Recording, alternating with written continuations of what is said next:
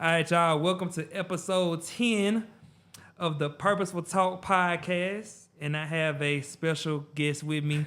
He has a lot of AKAs, so I'm going to just say Kinnawa African Thunder. I think that's like the main one that I'm going to go with today.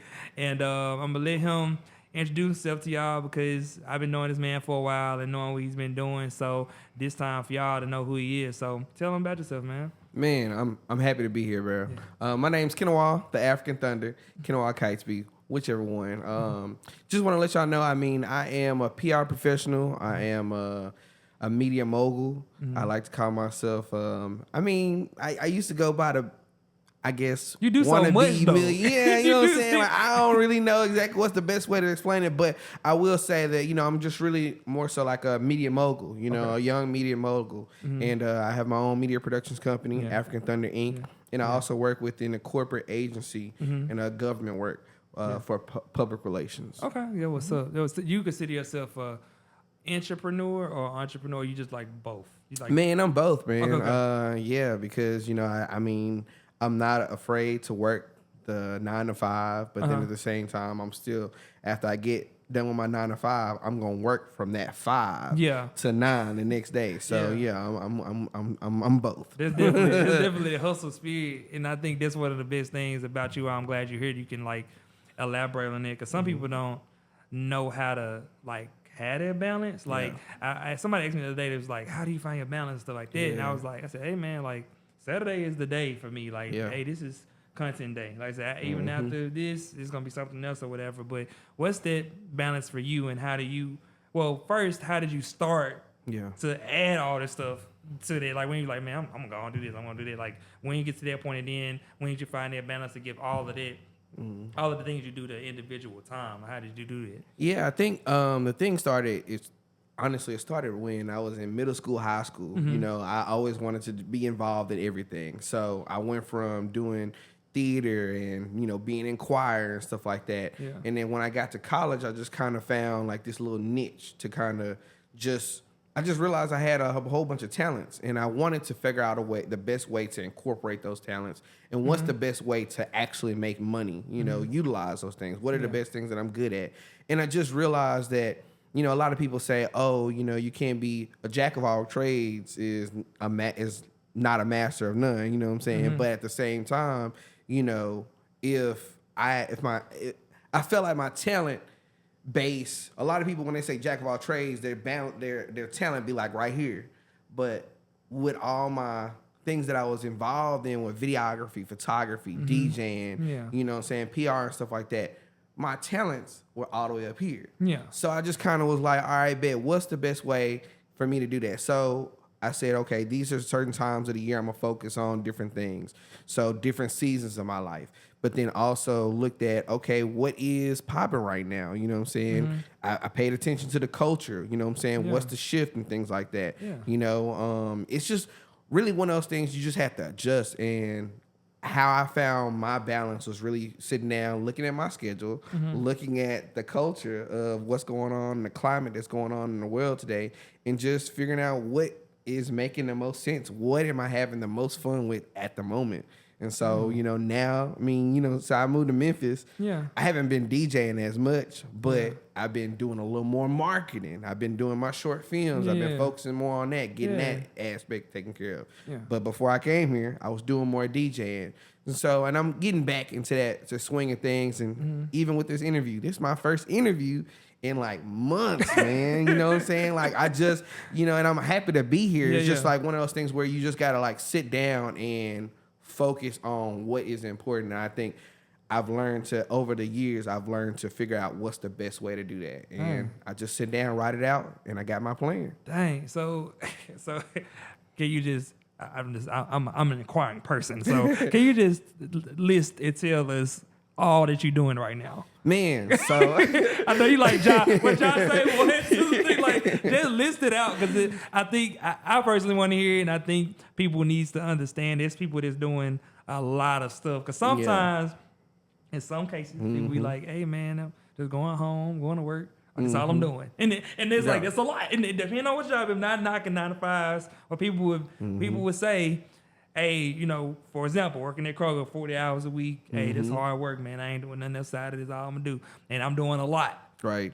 That's their limitation. But like, what all you do? Man, so starting out, so we'll go from I do photography, Okay. videography / cinematography. What For else? those, so if people What don't know, else? that's like short films and stuff like that. You Yeah. know, I also do public relations. Okay. You know, marketing. I do consulting, and along with that, then I also do DJing. Yeah. You know, I do web development.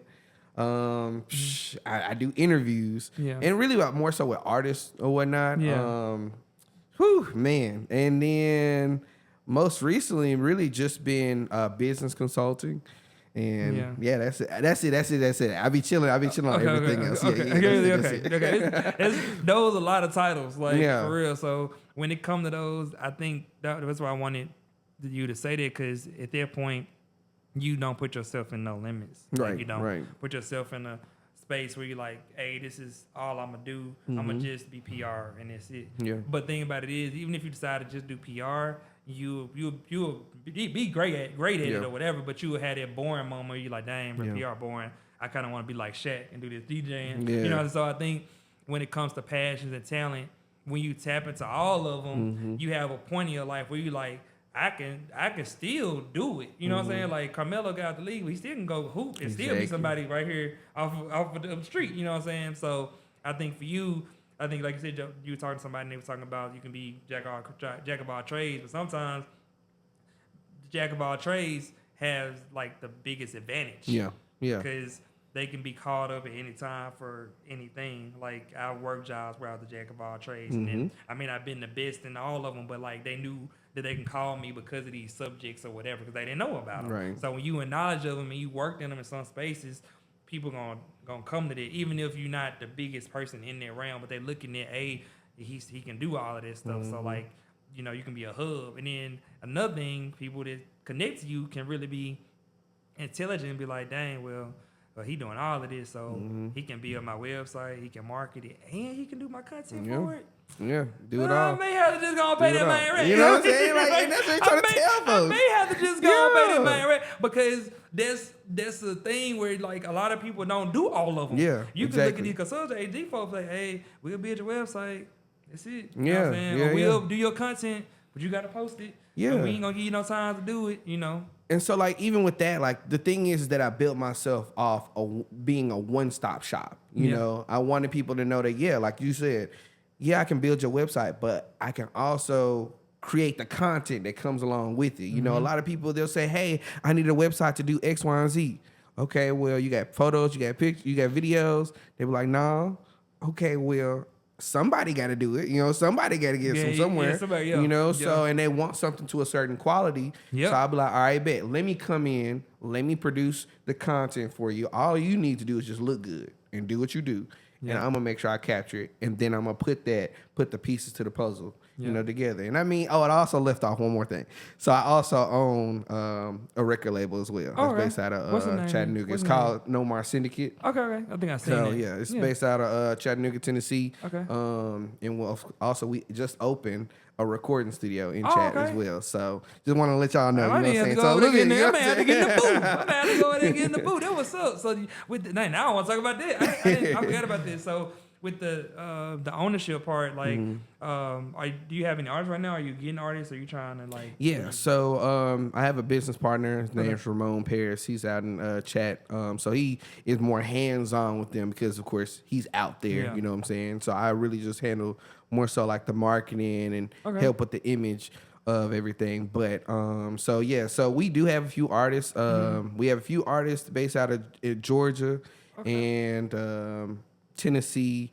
Now, even on my own personal thing, I have an artist as well in Ohio, Columbus, Ohio, Yimbo. You know what I'm saying? Shout out to my guy Yimbo. Yeah. But then also on top of that, like, you know, we have distribution deals as well. So we really more so work in that space of trying to build up artists and get their name out there. You know, kind of like, I would say, kind of like 1501, you know what I'm saying? Get them, you know, take them to the next level type thing. So with the music game, like how, I know, like this is such a huge space. Like being like tackling it, like what made you be like, man, I need to get into it? I know DJing definitely probably was there, but like what was like, hey, I need to help manage artists? Like you basically had a Brown Sugar moment. Like what he said, he was like, hey bro, I'm done, I'm gonna get my own label. Like them moments happen so many in life in general. They even happened to me when I was military. Like I can't do this no more. Like I gotta start my own thing. Like you know, your aftermath, like when you was like, hey, yeah, I'm gonna start my own aftermath, basically. When was this? Yeah, bro. It was like, I mean,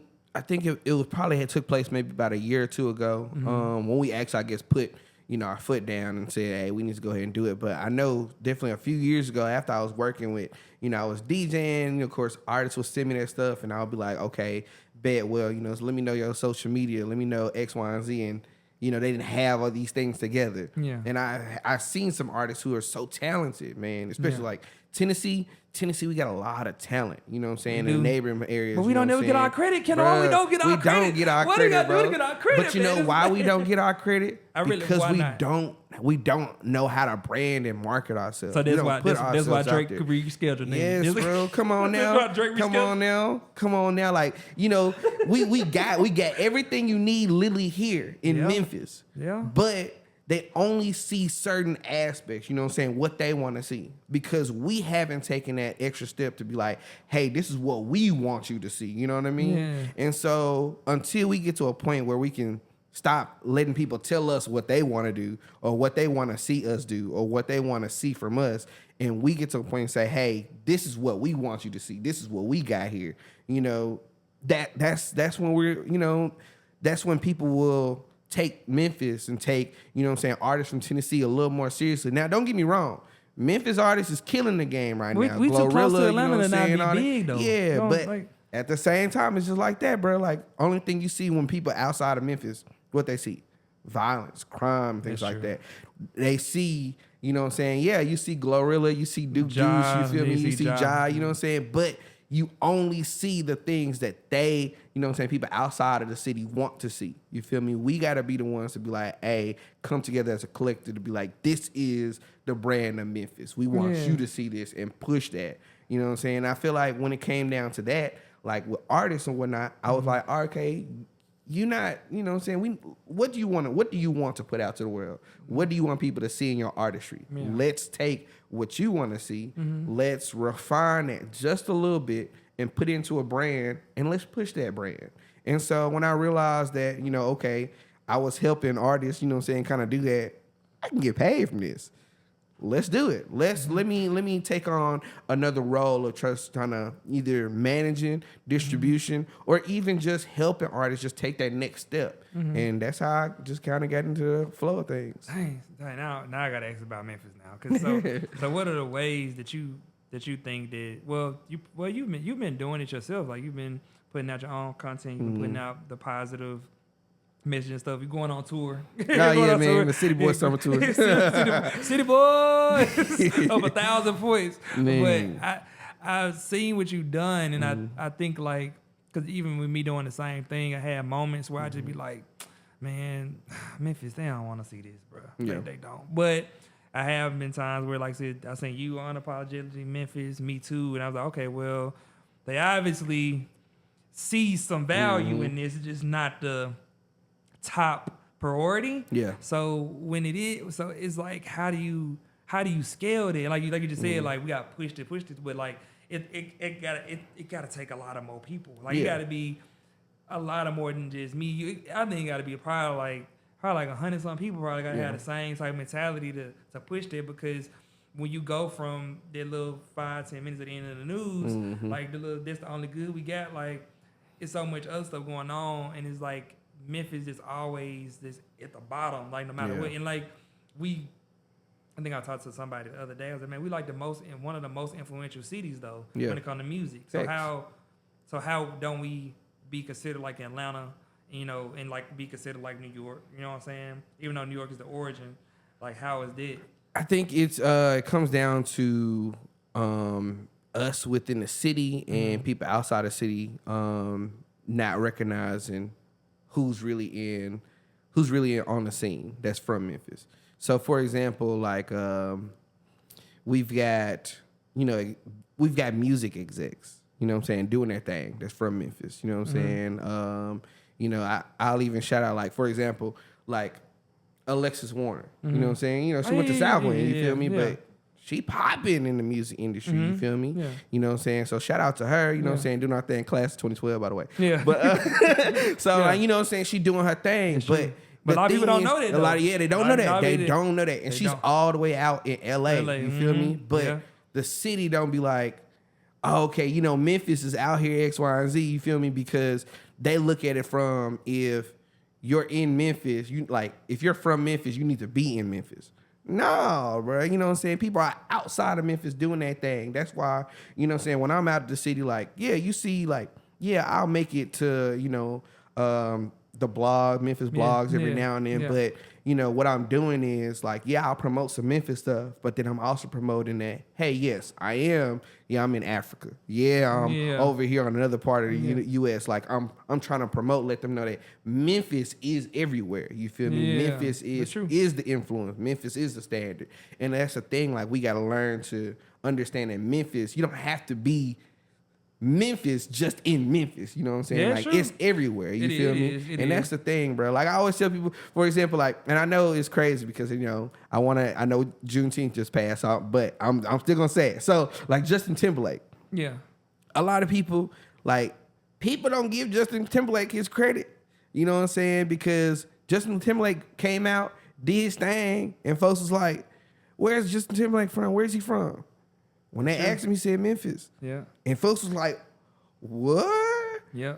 You know what I'm saying? And Even folks from Memphis was like, oh, that's like, to this what? day. That's to this day. And it's like, the same thing happened with, well, shout out D-Rose returning, but when he first went to the league, like, it was like, hey, I've graduated from here, you know, and it was like, oh, and it was not a big thing, you know what I'm saying? Like, it's crazy how it is. Like, once you say Memphis, like, people just, like, eyes get weird every time. Like, when I first got in the military, I remember my first duty station in Texas. These folks was like, I said, where you from? I said, Memphis. Oh, Memphis. Oh, you made it out of there? Like, it was like it was a deployed location. Like, I was in like Iraq or something, and I was like, man, I'm good. Like, what y'all talking about? You know, because that was 2011. It wasn't that severe, but y'all number 3 in the worst crime cities and stuff. And then I was just like, oh my god. Then every base after that, it don't matter where I was in Korea, Germany, folks said the same thing, like Memphis, and I was like, it's just weird. Like, it's crazy when you go overseas and see it, because it was like, hold up, like, this is weird. Like, how do you know what's going on and stuff like that in the south of the southern part of the United States? Like, how? Because, like, they see the news. That's all they see. They see the news. Like, Memphis be making them out and then around, and then they'll be telling them every time, like, nah, that ain't everybody. You know, it's a struggle down there. I said the average annual income is $35,000. So what you expect? Yeah. Exactly. You know what I'm saying? Exactly. What you expect? That's the fact. So there's some facts for you for real. So if you making that average, that's with kids now. That it's some foolery gonna happen. Exactly. Like, this is the real deal. What's that movie? Purge. The Purge be going on. Yeah. That's all it is. But the thing is that we have to understand that, you know, there's just so much more. Yes. You know, and everybody got to see that. Yeah, and we got to push that. Yeah, we got to push that, bro. Yeah. Like, that's the thing, bro. Like, definitely. You know, at some point in time, you know, like, that's why, and I'll even jump back into, like, content-wise. Like, I feel like, you know, we have to understand, like, it's also about the content that we choose to put out. Yeah. You know, when it comes to blogs, when it comes to what we're doing individually, you know, for the most part, you know, truly anything, I really don't even share anything that's negative on my page. Yeah. You feel me? Like, I really only try, like, the only time if I do share anything that's negative, for example, like those, and bless their souls, the immigrants who tried to, who died in the ocean or whatnot out there that was trying to get to Europe or whatnot. Oh, yeah. Yeah, so like, you know, like it was one of those things that when you look at situations like that, I share those for awareness. But as far as negativity goes, I'm not sharing that. I'm not sharing, oh, this just happened, another person just died, X, Y, and Z. Like, no, I'm putting out positivity. Yeah. I'm making sure I'm pushing that positive envelope. And I feel like us as a city, you know what I'm saying, us as people, like, just need to get together and do that. You know what I'm saying? And if we do that collectively, I think we'll be in a better place for sure. It definitely will. I got one more question. Well, one of the two. So, our city boys up 1,000 this summer. They died. What, man? Come Come on now. The city boys are up, bro. Like, we are up, bro. We done went on a city boys summer tour. We done went to Jamaica. We done went to DC. We done went all over the place, you know what I'm saying? Florida. We done went, look, I'm just telling you, Texas, everything, bro. I don't even want to keep going. We going to Cali, you know what I'm saying? Look, we are not playing, bro. We are not playing, bro. City boys up 1,000. Like, not even 1,000. We up 5,000 as much as we done been on the road, bro. We doing our thing, bro. We doing our thing. I think I don't think people understand City Boy concept for real. Yeah, bro. I really don't. But what I will say is, City Boy concept is really when us as men, we take our opportunity to enjoy ourselves. Yeah. We don't focus on the women and all of that, because we focus on our grind and stuff like that. And when you are a real city boy, at that point, you live your best life, because you don't have to worry about kids. And that is what a true city boy is. I think people think city boy is just dudes in the streets. That ain't it. That ain't the city boy. Now, the city boy is the dude with the suit that's at the floor seats of the game, you know what I'm saying, going home by himself. Like, that's the city boy, for real. Yeah, exactly. That's the real city boy. And like the traveling, all this stuff on his own. Exactly. That's the real city boy. Exactly. So like, I think people don't know it, but that's what that is. And I don't even want to go into the value thing, but that's what like the baseline of it is. And I think a lot of people, especially here in Memphis, don't understand it. They think like, when they single, they outside, they go into these clubs and stuff. That's where it's at, but it ain't it. It can be a piece of it, but you can still choose between going to the bar at Porch and Parlor versus the bar at TJ Mulligan. Exactly. So like that's the difference. That's the separation. Yeah. And then that's why every time, even when I work Kroger part time, I see somebody come in there with a full suit, 7:00 at night. I ask them like on some Wall Street stuff, like, what do you do? Like, what do you do for a living for you to come into Kroger, which is not the best place to come to, in a suit and just feel so secure in your life that you're gonna do it? And I get random questions. And one dude said he was a professor. Other dude I asked, he was like some type of I forgot, exec or something like that. So I think when it comes to the city boy phase, I think every man needs that. Yeah. Yes, I'm saying that. Every man needs city boy phase, because I don't even care if city boy phase is really 3 months. Like, you need a space where you got your homies. They got money too. They gotta say that they got money too. They have to. They're willing to go on these trips and stuff, because it's exposure. Yeah. When you come back, especially when somebody come back to somewhere like Memphis, and you say you've been to LA, there's a lot of people in Memphis ain't been to LA. Yeah. Yeah, ain't been overseas. Ain't been overseas at all, and probably can't go overseas. They like being how life go.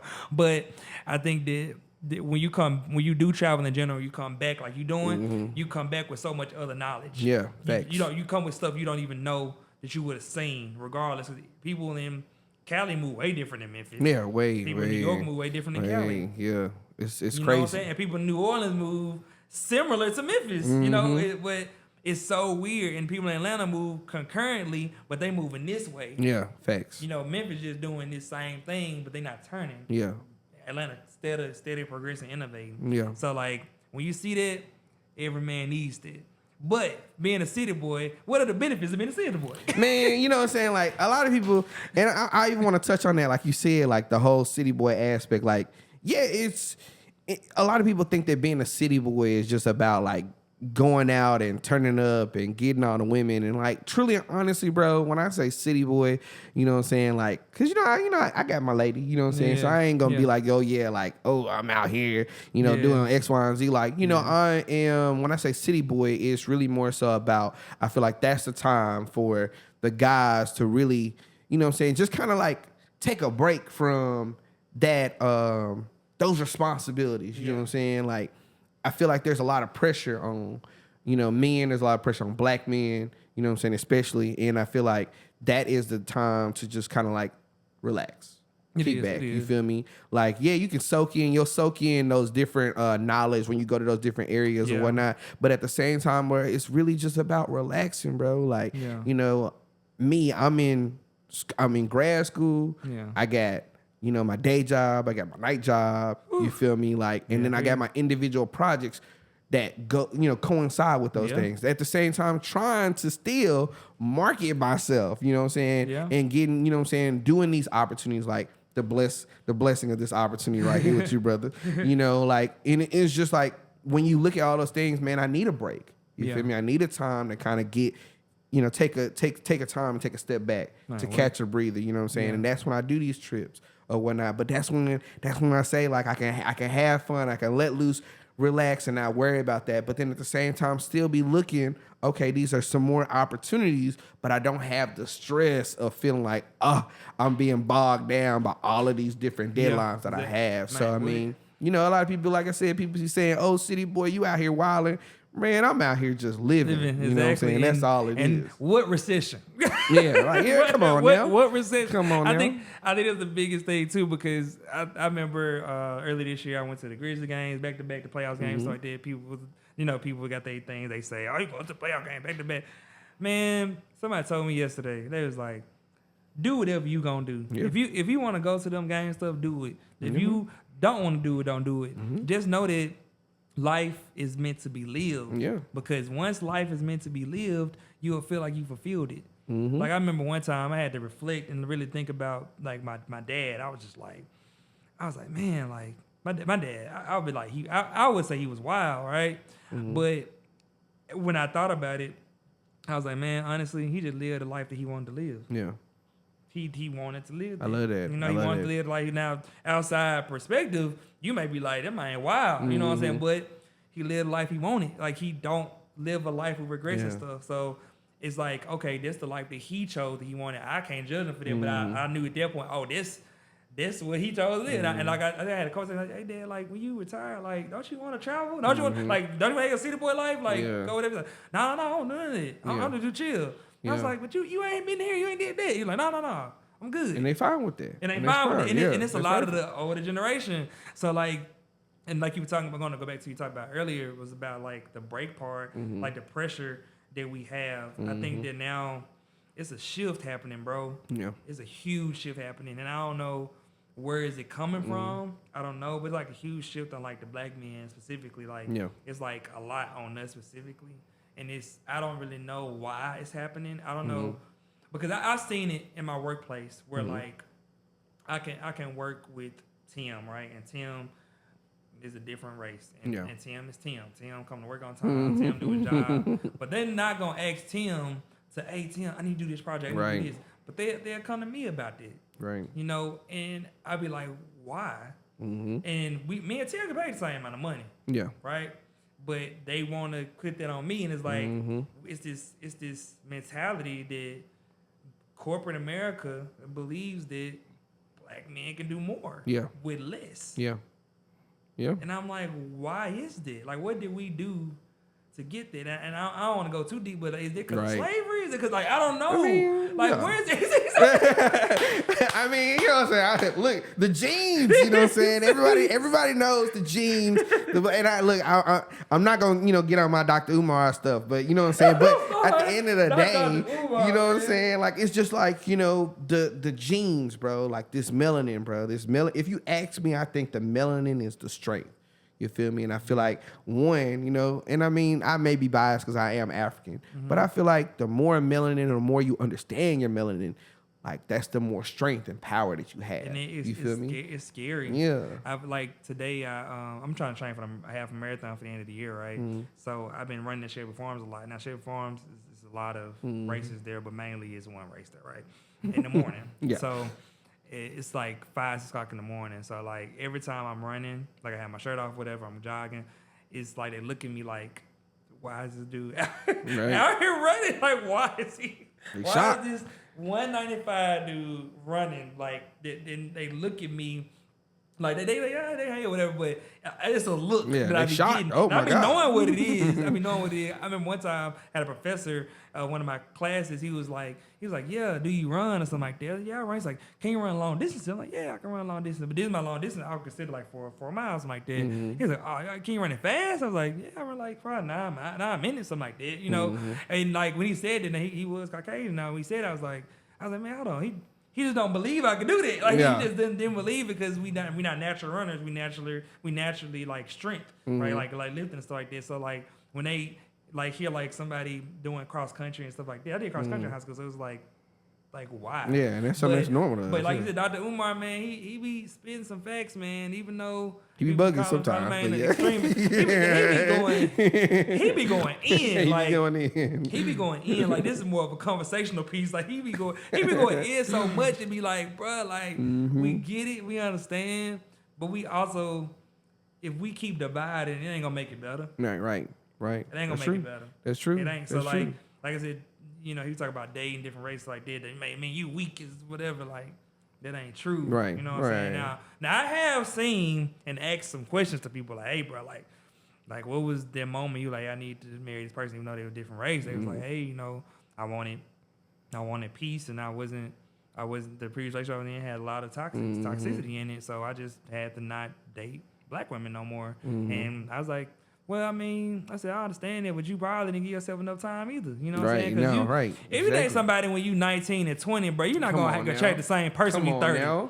Come on now. That's crazy, bro. You're not. Crazy. And if you do, you chose that. Yeah. Most time. Yeah. Because if you know off top that if you are bringing value to somebody's relationship and the person you're talking to, you chose that. Yeah. So, like, it's not a lot of women DMing dudes like that. So you went there. Yeah. So that's why I was telling, like, accountability too, but you can't just nix a whole race because of them. You definitely can't. Yeah. I love black women, you know what I'm saying? So love black women. Shout out to all the black women. Yeah, shout out to all the black women. I drink chocolate milk. We gotta stop this divide, y'all. We gotta come together. We gotta come together. Gotta come together. I love like, my black beautiful queens. Kevin Samuels, them, man. I know, I get it. Yeah. Alpha Male Strategy. Shout out to y'all.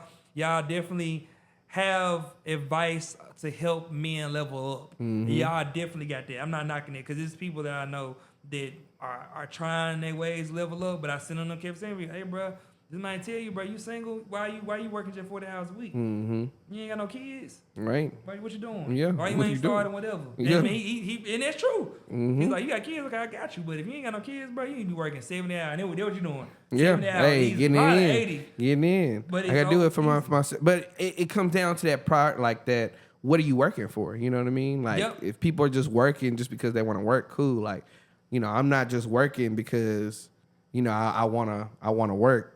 Or I'm working for my house. I'm working for, you know, my family. You feel me? I'm working for a better life for myself and the people that, you know, the people around me. Like, I want to be able to, I have dreams, goals, aspirations of being like in that predicament where I can be like, all right, you know, if you want to come back and do another interview, and I'd be like, all right, hey, bro, let's fly out to, you know what I'm saying, Paris this week. You know what I'm saying? Let's go to Africa. You know what I'm saying? I got a house. You know, we already got the studio set up. Like, I'm trying to be on stuff like that. Like, you have to, people that are working those hours or working the extra thing, as long as they have a goal, you know what I'm saying? Those things that drive, that's pushing them, that is what drives them to do that. Like, you know, someone that just got, all right, bet I just want to make my money and be at the crib, it's fine.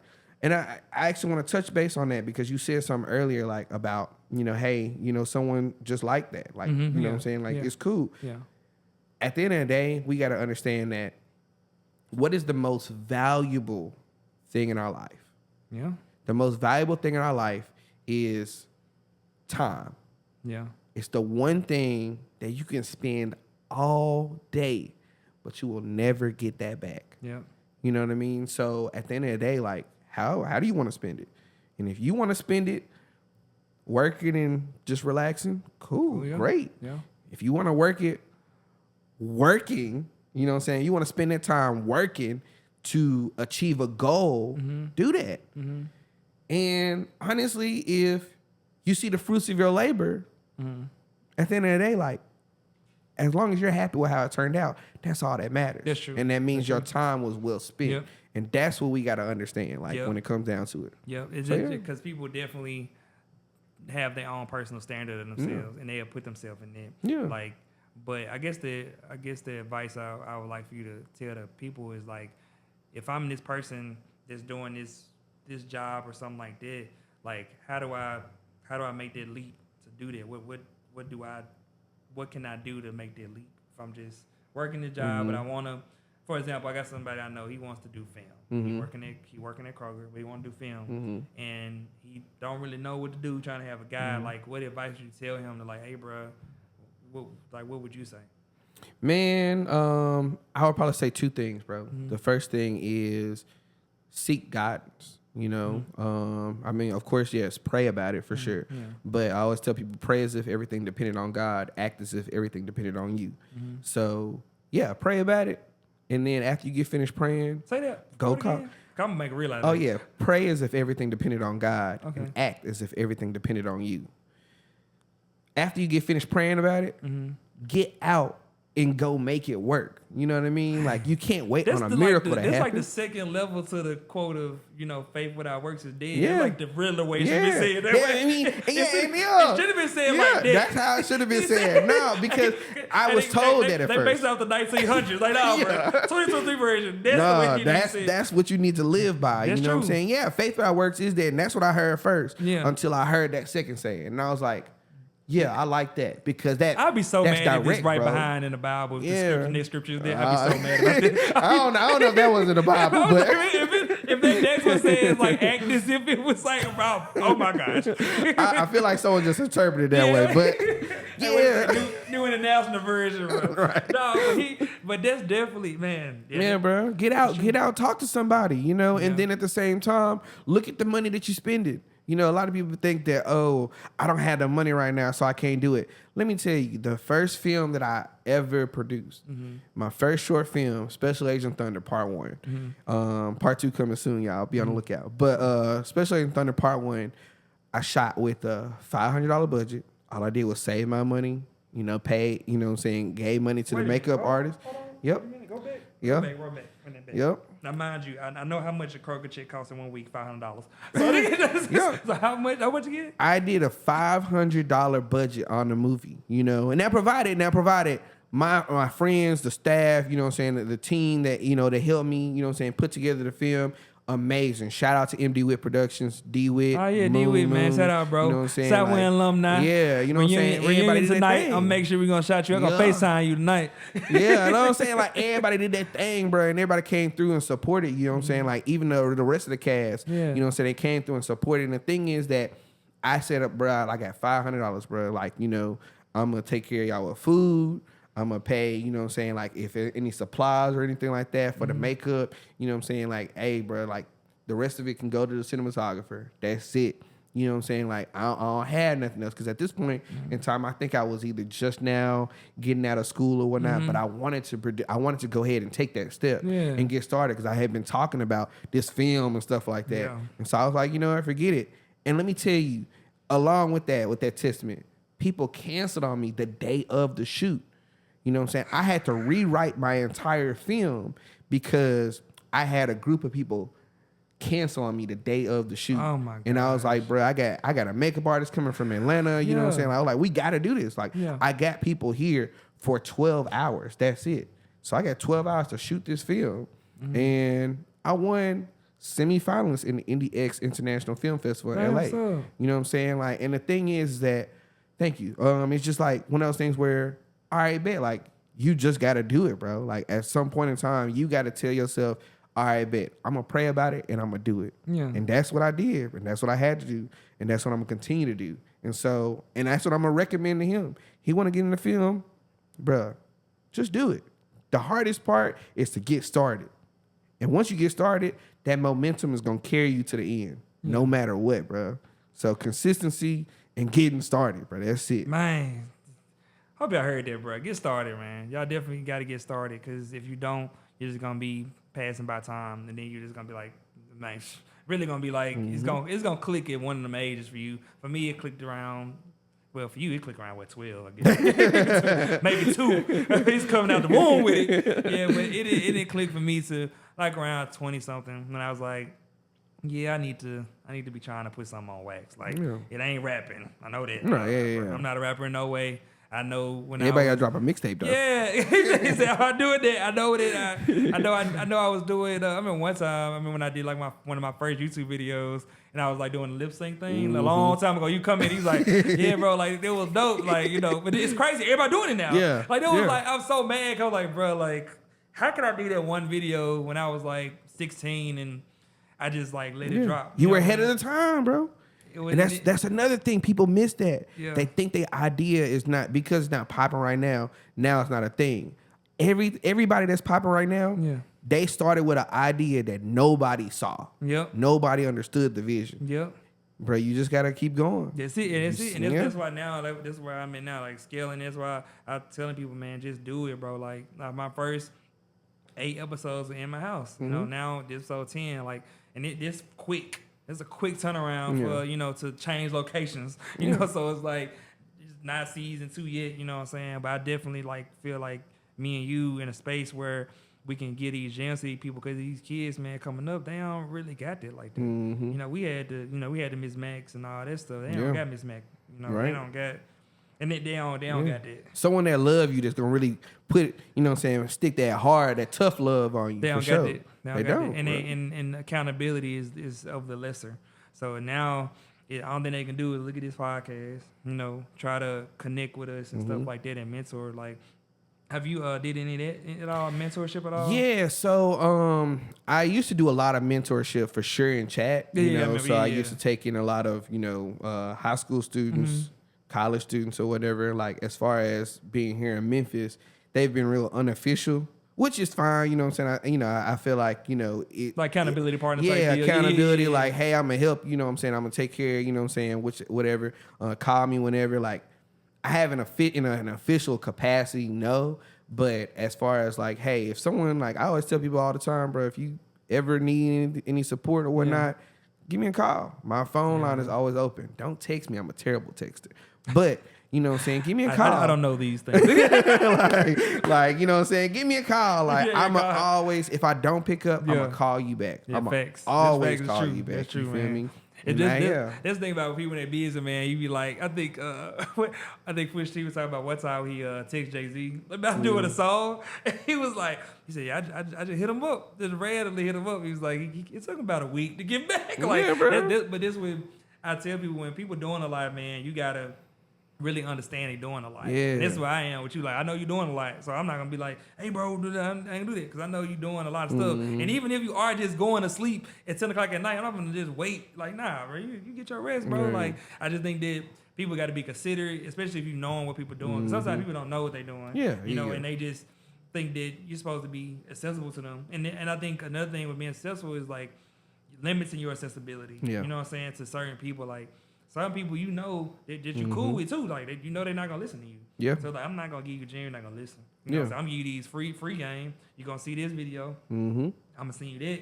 That's gonna be it. But you're not gonna get no personal one-on-one, because I know you're not gonna apply it. Exactly. I think that, and when those things happen, that's when your life starts to like tunnel, because your energy start going to your scripts, going to whatever. Then you probably end up writing about the person. You know what I'm saying? Like, it's a lot. It's some people who they gonna see some series and be like, hold on, that look kind of familiar. I be telling you, man, like, life is full of content. Like, a lot of stuff you can't make up, because when stuff happen, especially with me, like, when I have content, when I be in me, it be striving, not thriving. It be like rooting from other stuff. Like, something probably happened, and then like it just pushes me. Like, I don't know how, it just pushed me to do whatever, and I don't know if this from my family energy, I don't know, but it's just crazy how I can take, like, even a situation me being very, very mad, like pissed off, I would go run 10 miles. Like, I ran 10 miles 2 months ago, and when I ran 10 miles, guess what? I was pissed off. I was mad. And I was like Forrest Gump mode. Like, I'm just gonna do these 10 miles, and I didn't care about my time. I was like, bro, I gotta get this done. And then when I finished it, I felt so accomplished. I just like, cool. Like, I channeled that negative energy into something that was one of the biggest. That was the longest run I did this year. Exactly. You know what I'm saying? So I think people don't know how to do that. For me, it's running. Somebody else, it may be content creation. Somebody else may be weightlifting. But like, once you find whatever that niche is, it's like, oh, it's over. It's over. You know what I'm saying? Because I was even talking about now, like, after this, hey, bro, roll out the tape, because this is our version of mixtape. This is our version of doing CDs, because now you can drop a 1 minute reel and then get 1 million. You know what I'm saying? And that's the realm that me and you in, and people in the content creation world. It's somebody right now doing what we doing, but they also gonna do like probably 4 or 5 reels to this and stuff like that. Like, this scaling, like, that's where we at now. And I think now life is just, it's so easy to do this stuff. It's easy. It's not hard, bro. As long as you got one of these, you good. Yeah. Like we have all the power in the palm of our hands. And the thing is, what's crazy is that for us to have all the power in the palm of our hands and still fumble the bag, it's crazy to me. You know, you can do, like you said, like anything can happen in a matter of 30-second reel. You know, just from that 30 seconds that it took, maybe that extra minute that it took for you to edit it or whatnot. But, you know, from that minute, your whole life could change. You feel me? Like anything can happen. And for us as people, you know what I'm saying, to look at that and be like, all right, I don't think I can accomplish my dream. I can't achieve my goal, or I don't feel like working today. It's crazy to me. Crazy. Is it though? Is it? I mean, I feel like it still is, bro, because it's like, it's like, if you want more for yourself, you want better for yourself, why not? But they don't. Well, you're right. Okay, well, you're right. Don't say they don't. That's the hard thing about life, is that you have people like, even today, man, like the reunion, prime example. You have people that you love in your class. Yeah. That was with you right here. Yeah. And they not here. Yeah. And that hurt, bro. It do. Yeah. Because you knew that you could have been right here. You could have, but you not. Right. You not. Like, and that part just hurts even more because you know that you had a good heart, but they limited themselves. That's real. And they weren't going to put themselves in a situation where they can elevate. And that's on them, though. It's on them. And it's, I always talk about this all the time, bro. It's that Batman moment, bro. I'm not gonna save you, but I'm not gonna kill you either. Yeah. It's that medium. And it's not no hate, no like this. Like, hey, bro, I'm not gonna go down this train with you. And I got win. I'm going. Right. But I'm not gonna save you either, bro, because you know the game. And I forgot what the actor was, man. I think it was oh my gosh, who he was. But it was an actor, man. He was doing a film, and the dude that bullied him in high school was his production assistant. So like a whatever. So he was getting coffees like that. So like he walked in there and stuff. It was Chris Rock. Chris Rock was in there. He was like, man. He's like, bro, like I saw him. He was like, I saw him. The dude that bullied me. He bullied me hard. He bullied me for real. Like he went over regular bully. Like, this is like all the time. He was like, man. He's like, I saw him, and he's like, hey Chris, man, whatever, and stuff like that. And he was like, yeah, I acknowledged him. You know what I'm saying? But I saw it. Like he said he was so close, but yet so far. Like we was right in high school together. Yeah. But now you as assistant, you could have been opening for me. Yeah. But you're not. But you right here though. You like that now. But and that's the reality of life, is that a lot of people don't want what you want for them. Yeah. And I had to understand for myself, because I learned that you can want so much for somebody and get them the game, and if they don't want it, they don't want it. Yeah. And you can just cut it at that. That's real. And when that happens, your life ends up going this way because you freed yourself with it. But for me, I always had like a soft spot, because I always believed that people wanted it when they don't. Because people could do some facade. You probably seen it here in Memphis. A lot of people let's say, for example, I asked you to do this and it wasn't no shows. Yeah. Hey, bro, why don't you be on my podcast? Yeah. All right. Well, where the episodes at, bro? You know? I mean, And you would have, you probably would have did it, because like, man, I know he's still legit. For sure, I know he's still legit. Yeah, you know what I'm saying? But it's like, that changes the narrative of it. But like, it's a lot of people in Memphis that got these dreams and they aren't acting upon them. That's why I said that coach said really, really true, because if you're not acting on nothing at all, what you gonna think happened? And I even want to touch base on something too, even with that, bro. Like, because you just said about the whole, if you didn't have any episodes. I want to tell you, like, bro, straight like this. At the end of the day, Kevin Gates said something. He said he don't care if it's one person in the audience, or if it's 1 million people in the audience, he gonna give it a show. They gonna get the same energy, the same show, regardless. You're right. And at the end of the day, bro, because I know we had talked, and I mean, I ain't gonna say exactly what you said, but I know you had said you had asked somebody to get on an interview, and they wanted to see how consistent you were. Yeah. To me, bro, like, I feel like sometimes you have to look at the opportunity, you know, and then along with the opportunity, look at the person. You feel me? And so once you look at the opportunity in the person and figure out the best way to, you now, provided you can't help the person. But at the end of the day, like, if this is an opportunity that you can utilize to elevate yourself, but at the same time, you can still assist with elevating them, and it's not going to hurt you in any way, why not? Yeah. Why not? That's true. You know what I'm saying? I think that's one of them things where I think I was talking to my mentor about this. I was like, I think I'm at a point in my life right now. I think a lot of people in Memphis in this weird space now, we're working so hard, but we not getting no credit. Like, it's like we working our tail off, and it's like from the outside views, it's like, oh man, well, you Memphis or whatever, like, you know, and everybody know their level, you know what I'm saying? You know your level of what you can interview and stuff like that, you know. But for me, I shoot my shot at least. I don't care what I get. I shoot my shot. Anybody, as long as I know that what they coming with is gonna be a substance, and like I said, I know what you come with is a substance. I know what you're doing. Cool, you know. I think that now Memphis just in this space right now, and it's for us. We doing it to ourselves. Like the people for sure that are doing it. They doing it to each other. Yeah, facts.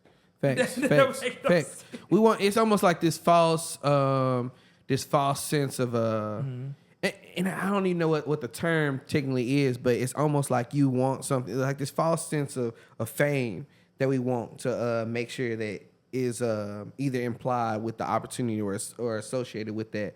You know. So I mean, like I always tell people, bro, when I interviewed Young Dolph, Erica Banks, David Banner, you feel me, like Duke Deuce, hell, you know what I'm saying, like those are people, they didn't know me. You feel me, like most of they ain't even heard about me. You know what I'm saying, when I met them before I met them, they didn't hear about me. You feel me, like it was just one of those things where it was like, all right, bet, well, cool, he reached out, he had the, you know what I'm saying, he had the balls to reach out, you know what I'm saying, he, you know, had the confidence to, you know, articulate exactly how he want to come, and you know what I'm saying, like it worked out. You know what I'm saying, they got they got quality interviews. You feel me, and I got an opportunity, and they got you know what I'm saying, they reached a different audience. You know what I'm saying, I also ended up getting, you know what I'm saying, like a little more, you know what I'm saying, notoriety from that. And it's just kind of like we just got to understand, like when it comes down to these different opportunities that come about, you know what I'm saying, with things, is sometimes it's just really about, you know what I'm saying, just doing it. Like, bro, just do it, bro. Like, don't worry about what else is coming after or anything like that. Live in the moment. You know what I'm saying? You have an opportunity right here, right now. Are you doing it right now? Is it gonna hurt you? Just do it, bro. Just do it. Maximize every opportunity. Exactly. Yeah, maximize that's every it. opportunity. What I tell people, that's the difference between people that are successful and people that are not successful, is maximize the opportunities. I think that goes all the way back to high school. Because when you look at high school ain't nothing but opportunity. That's all it is. You got opportunities for clubs being, you got theater, you got all stuff. And it's a lot of people that went to school in general and just went to school and went home. They didn't do nothing else. And they nixed everything. You nixed community, because you could have had a community. You know, you nixed having, you know, another skill set. You cut all of it out. And I think that, and it's the prime time you can learn all this stuff because you got the energy to do it. It's hard to channel the energy from when you're 18 and 19 when you 30 years old. It's hard to push the, and tap in that space, because that space, you ain't worry about bills and all that stuff. You good, you know what I'm saying? It's hard to reestablish those relationships that you could have done back then. You know what I'm saying? Like, again? that's all. It's hard to reestablish those relationships that you could have had back then, you know? It's just one of those things where you have to understand, bro, like, you have an opportunity to leverage yourself. Every day is a new opportunity. Every person you talk to, you know, like Drake said, you know, and I be quoting Drake all the time, you know what I'm saying? Like, every person every person that comes up to you is an opportunity for them to be a new fan. You feel me? And you gotta, you know, and I'm not saying like everybody can be a fan or whatever, or everyone is a fan, but it's just really, that could be someone that still supports you and is in your corner. You feel me? Like, it's just one of those things where you just gotta like look at it for what it is, and be better people. You know what I'm saying? Like, if you be a better person, get a better outlook on life, a better outlook on different opportunities, different things that just kind of come your way. Like, God's not sending those things your way for no reason. You know, like, it's cool. Like, as long as it's a good opportunity and you don't see no red flags and like that, go ahead, jump on it. Man, there you go, spitting facts again. Yeah, but last but not least, man, I just want to, I do this thing at the end of every of my episodes. I always give people their flowers, man, because we have a life that we see so much. We see so many people and see so many things. But I just want to let you know, man, I'm proud of you, bro. Yeah, appreciate you doing what you're doing, man. You're doing things that are not normal. And when you do things that are not normal, it's not normal things that come with it. Like the support, you know, the energy and all this stuff, like all of this stuff comes with it. And you've been handling it in a way that a lot of people don't understand because they can't do it. And that's really what I want you to understand today is that a lot of people will put their limitations on you because they can't do it, but you doing it and you're a testimony on doing it. And I think that's the biggest part of it. Like, forget all the other stuff. Like, just keep doing what you're doing because at the end of the day, you building something way bigger in the next 10 years are going to look different.